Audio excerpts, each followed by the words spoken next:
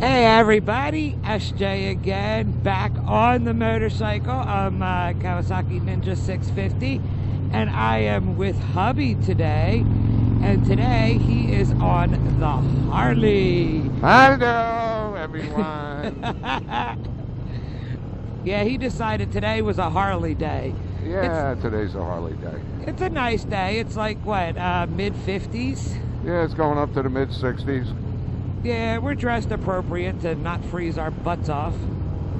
And there she goes. Anyway, so we're just out having a good time and figured we'd bring you guys with us. Yeah, so beautiful day, not a cloud in the sky. This is the nicest day in the 10-day future forecast. So we decided to give other things a rest and come out here and ride the bikes and bring you guys along if you're interested. Hey, watch, you got a trash truck. Here we go with the trash truck routine again. Now watch it. He's picking up, so he won't be pulling out yet. Here we go. He could jump out of the truck at any time. Oh, shut up.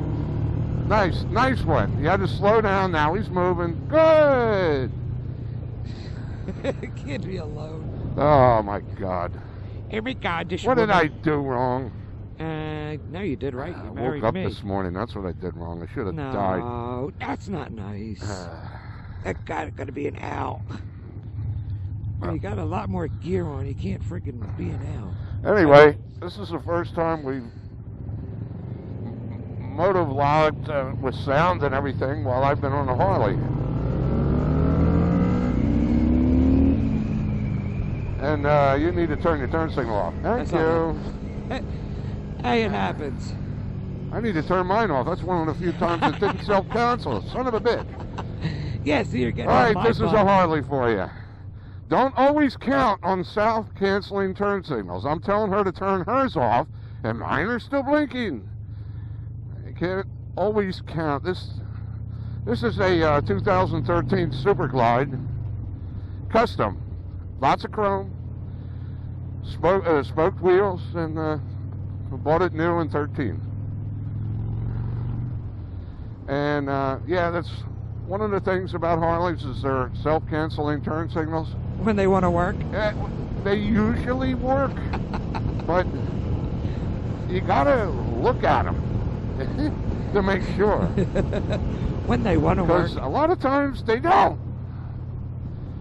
That's on the bitch list. I'd rather have the turn signals where the Japanese bikes have theirs. I really would. Left-hand side, thumb it out. Forget the self-canceling stuff unless you want to add it on. I don't trust that stuff.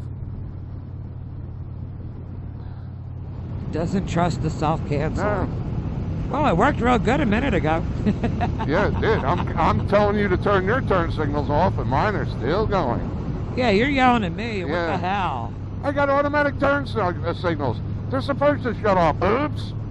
Not to mention you stalled it already, and I don't feel so bad for stalling my bike the last Yeah, I time. stalled it. Well, that's what happens when you ride all kind of different bikes. You don't get used to the slip zone on any one bike clutch. First couple miles sometimes a little rough. Anyway, I haven't had a chance to talk about this Harley. Could I talk about it? You can talk about it all you want. And to let you guys know, I have not ridden the Harley. I refuse to ride the Harley until he drops it, because I don't want to be blamed for dropping it. Okay. So that's why you have not seen me on the Harley. Anyway, this is a dinosaur. The whole bike is dead. The chassis, this is a Dyna chassis. It's no longer in production. The engine's a twin cam, 96 cubic inch. It's no longer in production. The whole bike's a dinosaur. And yeah, so I decided to buy this in 13. I've always loved the Super Glides. In 1974, a friend of mine had a Super Glide. I always loved that. Got a chance to ride that. That was a shovelhead. And in the early 90s, another friend of mine got a Super Glide. And yeah, that was an Evo engine and a Dyna chassis. And I loved that bike. So wound up buying one of my own. Then I did only a few modifications. I didn't want to. I always liked the lines on a bike the way it came. Harley. That's one thing about a Harley.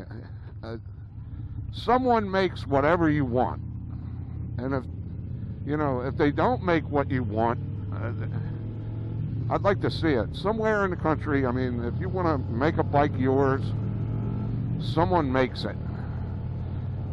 Whatever you need. But anyway, so I didn't do too much to this. I put different foot pegs on it. I forget where I got them. I put forward foot pegs on the factory mounts for the forward controls. I used that on the frame. And I don't like forward controls, so that's just me. I like these, what they call mid controls. I came up riding Japanese bikes, and I like my feet more or less under me. On this bike they aren't, but this is about as good as you're going to get with a Harley, I guess. I don't know. So anyway, back to mods. One of the first things we did was put a brighter headlight bulb in. Not a big deal, Sylvania. More lumens. The headlight bulb that it came with was pretty darn dark. It really needed some help. So that mod didn't cost much. Foot pegs didn't cost much. I put the Cycle Shack slip-ons on. I used the stock header downpipes. It works. For those of you that don't know what XIEDs are, I tried them. I like them. It fools the oxygen sensor, bumps the fuel rate up a little bit, and I liked it. I took some temperature readings before and after, made the heads a whole lot cooler, allowed the engine to run cool. That's part of the problem. They got these, with air-cooled engines, they got them leaned out so far today to meet emissions. It's not real good for them. I did buy a Cobra system for it, a piggyback, but I was so happy with the XIEDs, I never upgraded to the Cobra system. I thought the XIEDs were good enough. Still sitting brand new in the box, never been put on a bike. Let's see, I put the little parabolic mirrors in the appropriate spots. I thought I always have to have them. What else did I do to this thing? Did you mention the Arlen Ness? The who? The Arlen Ness air filter? Oh, yeah. That was a nice improvement. These stock air filters on Harleys, at least on this one, had a postage stamp air intake. So it wouldn't matter necessarily what you did at a bike. You keep that stock filter and it's not going to breathe. This thing would, the power would really flatten out at about 3,500 RPM. And it would go till 5,000 or whatever, but most of your power with that air filter on was concentrated down low in the RPM range, and the Arlen Ness allowed it to breathe all the way up to the RPM limiter, believe it or not. That was a good improvement. That's about it, right? I haven't done anything else to it, no? That's all you did to it. That's, Yeah. and it's an awesome bike. Yeah. I mean, if you're into cruisers and that's, what you like, and Harleys, I mean, your bike, is for me the epitome of Harley. It's the Harley shake. It's the Harley sound. It's Harley. Yeah. And it's just a shame that, Harley did move away from that, but, I understand why. Yeah, I mean, for me, I like steam engines, railroad engines, stationary steam engines, old school stuff. And this is my first and probably only Harley. I don't know. We'll see. But I just like that kind of stuff. This thing is dated as far as styling goes. Some would call it a cruiser. I don't know. Yeah, I guess it is. But anyway, let's talk about chassis. Well, there's enough said on the internet about the Dyna chassis. Harley even decided, we'll give it up. So there's enough said on that. The brakes, yeah, there's probably enough said on that. Either one or a fail. The chassis is a fail. The brakes are a fail. If you're used to riding Japanese bikes and stopping them with two fingers, you better get a grip, because you're not going to do that. I think the new Harleys may be a little better, but you still got to use four fingers on the brakes, I think. On this bike, you do. You want to stop, you got to stop in a hurry. Yeah, you're going to have to grab a handful. So, anyway, as far as vibration goes, this bike is the epitome of vibration.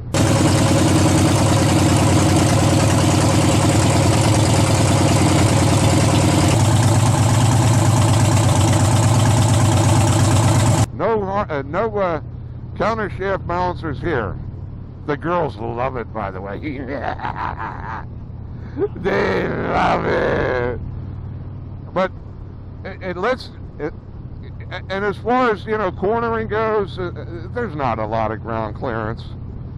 Unless you do some modifications, get the pipes off the ground, get some things off the ground, maybe raise the bike a bit, you're going to start dragging parts with relatively, not a lot of lean angles. So, but you say, well, God, that bike sounds like a piece of junk. Well, it might be to some.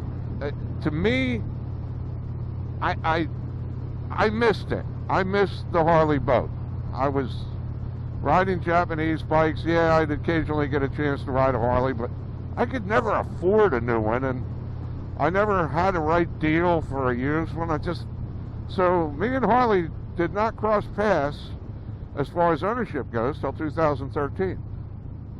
But having said that, it's a trip back in time. I mean, you start this thing up, I mean, it leaves no doubt in your mind you're on a machine. You're looking at a machine. It's sitting there wagging its tail. The forks are a blur. The mirrors are a blur. And when you get on this baby and you whack that throttle, just blip it a little bit, I mean, it lets you know you're on something. And it's not a neutral chassis, so yeah, once you get used to it, it'll pretty much go where you want it to. But it's not like a Japanese neutral handling sport bike or something that all you got to do is think about it and it'll go there. No. If you want to go fast around a nice turn or something, you got to make your decisions wisely. You got to think about it a little bit, what you're going to do, and you really concentrate on your lines. It's not real forgiving, because you don't have the ground clearance. You mess up, you start touching parts down, touch them down hard. But, having said all that, it's a trip back in time. I've not had any trouble with this, It's hydraulic valves, and you guys that have the import bikes, a lot of them, the shim is underneath the, the tappet that rides on the cam, or the bucket, or whatever you want to call it.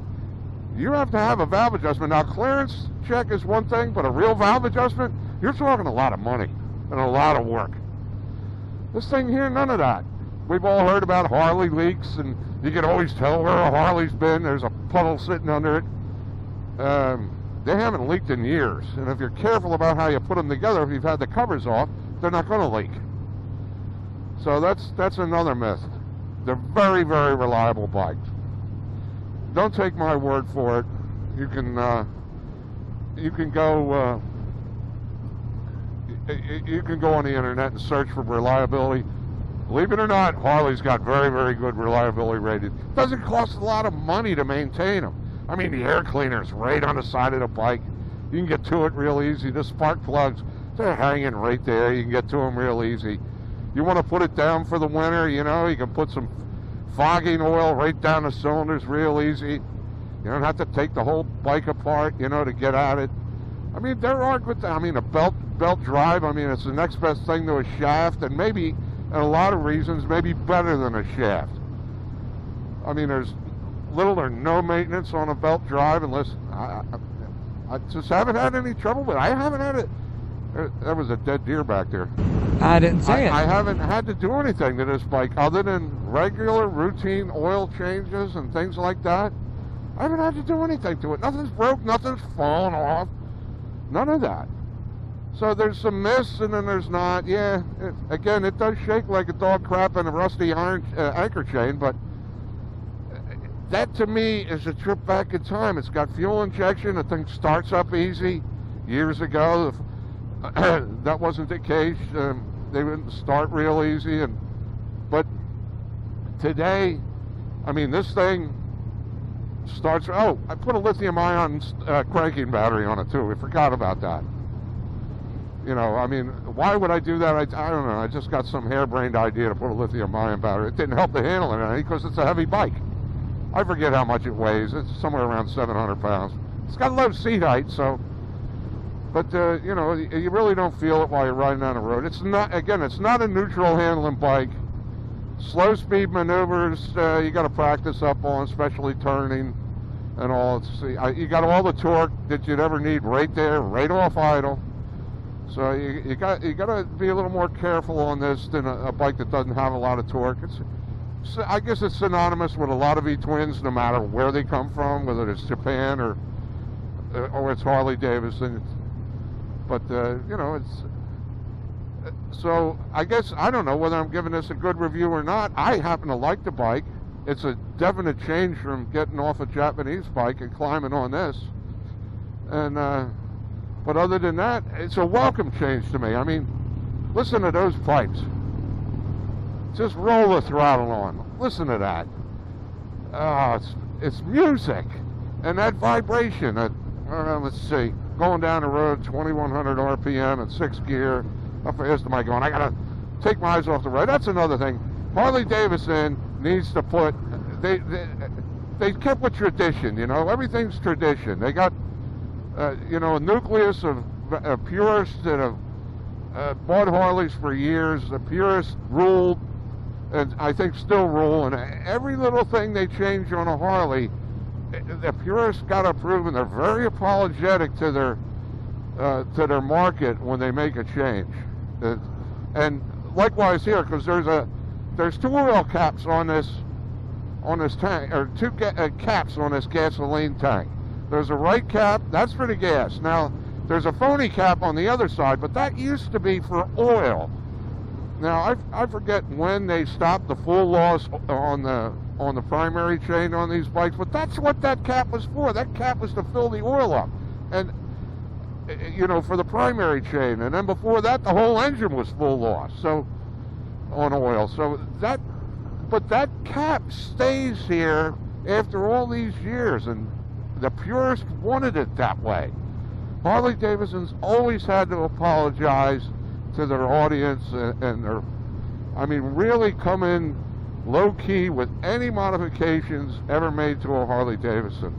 So much to the point where it seems asinine, but you know, they cater to the audience. I'm not particularly glued to Harley Davidson. I'm not glued to any bike.